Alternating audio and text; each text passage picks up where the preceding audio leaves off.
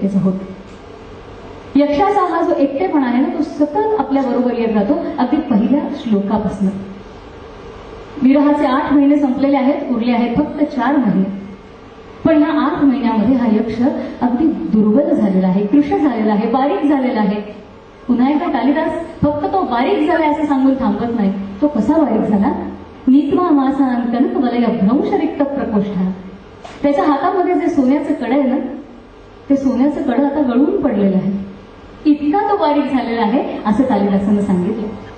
आणि असा बारीक झालेला, कृश झालेला हा यक्ष रामगिरीवरती उभा आहे. सहज म्हणून आकाशात त्यानं पाहिलं तर दिसलं काय? आषाढ महिन्यातला पहिला मेघ आकाशामधनं संचार करताना त्याला दिसला. रामगिरीच्या शिखरावरती हा मेघ टेकलेला आहे. पुन्हा हा मेघ कसा? तर वप्रक्रीडा परिणत गज प्रेक्षणीयम ददर्श.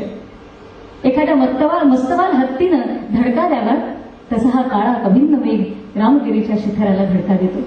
ऐकूया तो श्लोक ज्याच्यामध्ये आषाढस्य प्रथम दिवसे हा उल्लेख येतो.